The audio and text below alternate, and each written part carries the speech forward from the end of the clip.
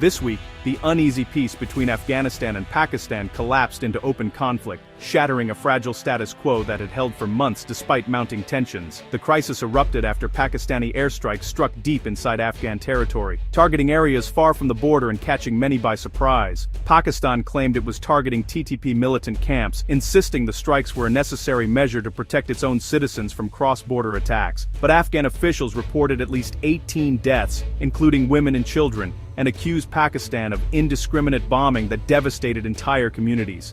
The Taliban government responded immediately, launching coordinated attacks on Pakistani military positions along the border, vowing to defend Afghan sovereignty at any cost. These clashes marked the first direct military engagement between the two countries in decades, rapidly escalating into a formal declaration of war.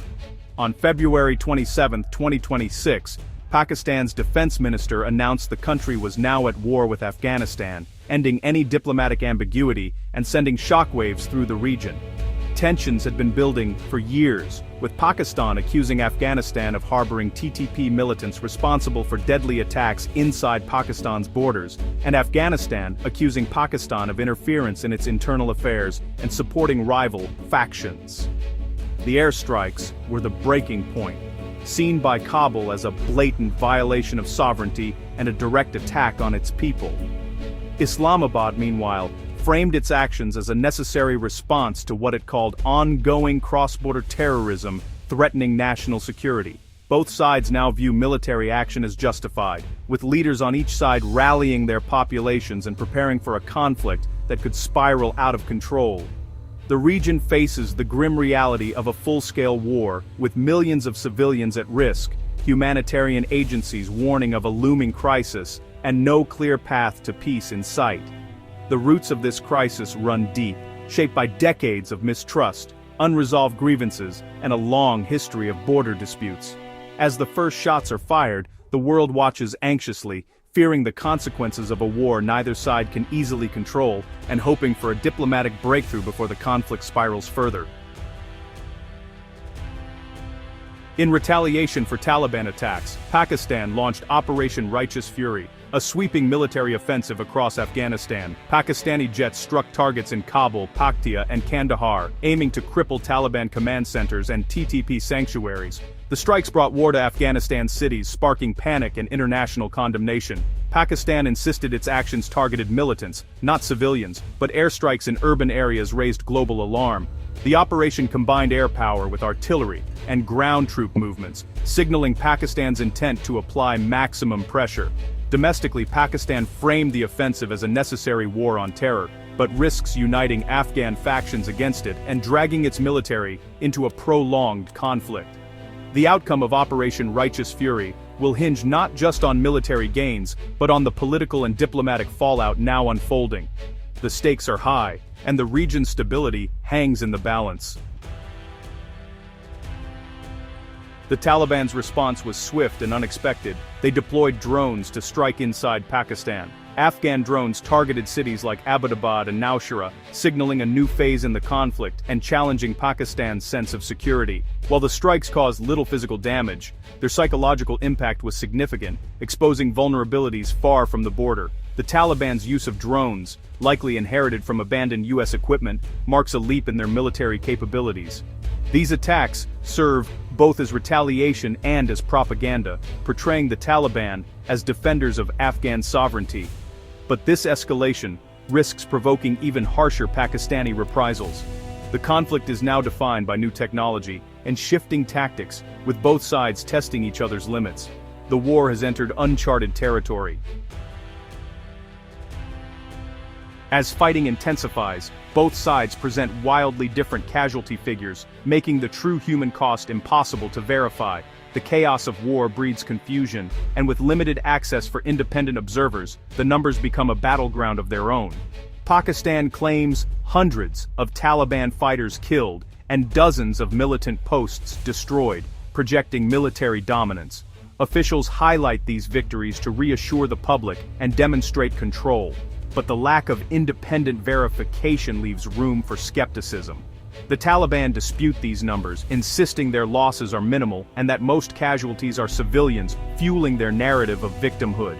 They use images of wounded non-combatants to rally support and paint themselves as defenders of the people. In Pakistan, official reports acknowledge injuries from border clashes, with civilians caught in the crossfire and displacement on the rise. Entire communities are forced to abandon their homes, seeking safety as violence spills over into daily life. The information war is as fierce as the fighting, with each side shaping the narrative to rally support and justify their actions. Journalists struggle to separate fact from propaganda while governments compete for control over the story. The real toll is measured in shattered lives, soldiers, families, and communities uprooted by violence. The scars left behind will linger long after the headlines fade, affecting generations to come. Behind every statistic are people whose futures have been thrown into chaos. Each number hides a story of loss, fear, and resilience in the face of overwhelming hardship. The fog of war obscures the truth, but the suffering is undeniable. Amid the confusion, the pain and devastation remain painfully clear to those living through it. The longer the conflict drags on, the higher the price for ordinary people. For many, hope is replaced by uncertainty, as they wait for peace that seems ever more distant. At the heart of the conflict is the Durand Line, a border drawn in 1893 that split Pashtun lands and has never been recognized by any Afghan government. Afghanistan sees the line as an illegitimate colonial imposition, while Pakistan insists it is a settled international boundary. This dispute fuels mistrust, cross-border militancy, and repeated clashes, making the border a perpetual flashpoint. Pakistan's efforts to fence and secure the border are viewed by Afghanistan as aggressive and illegitimate. Until both sides reach some understanding on the Durand Line, the border will remain a source of instability and violence. The unresolved status of this boundary is the root of many grievances driving today's war. Without a solution, peace will remain elusive. The Taliban's return to power in 2021 upended regional dynamics, dashing Pakistan's hopes for a cooperative neighbor. Instead of curbing the TTP, the Taliban's rise emboldened the group, leading to a surge in attacks inside Pakistan. Islamabad demanded action, but Kabul's response was evasive, citing tribal ties and internal politics. This deadlock shattered trust, with border clashes and hostile rhetoric escalating year after year. Failed diplomacy and mutual accusations hardened positions, making conflict seem inevitable. Pakistan's final straw was the relentless TTP violence. For the Taliban, Pakistani pressure was seen as a violation of sovereignty. The toxic cycle of mistrust and recrimination set the stage for war. The seeds of today's conflict were sown in the aftermath of the Taliban's return.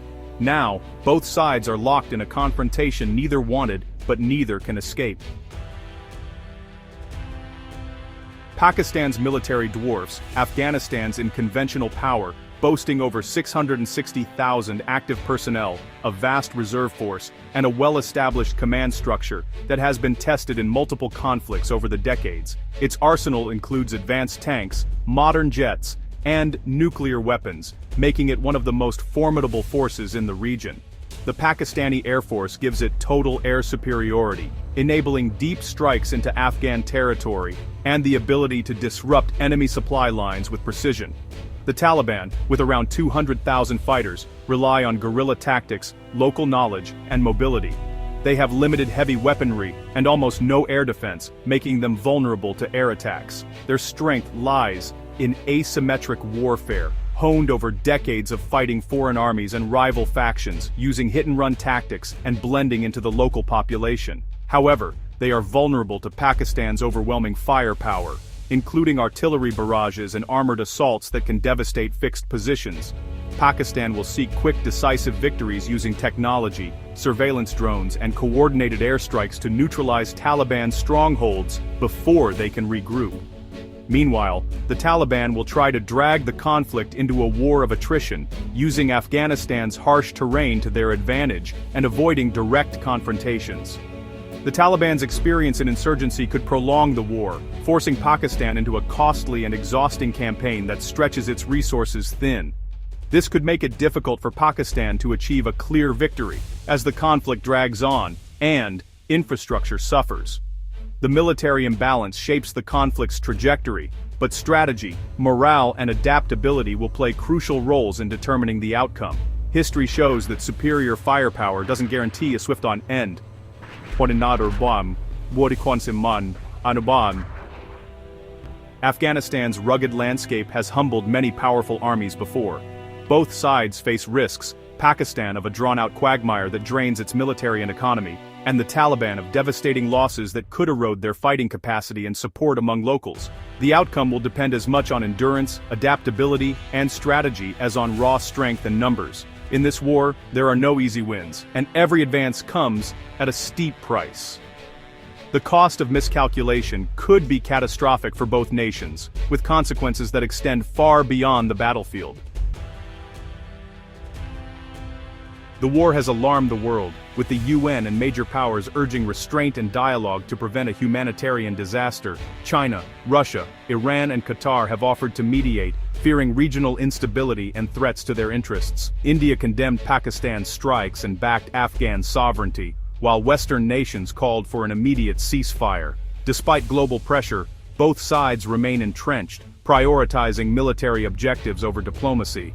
The challenge for the international community is to turn calls for peace into real action before the conflict spirals further. Without urgent mediation, the risk of escalation grows by the day. The world watches, hoping for dialogue but bracing for worse.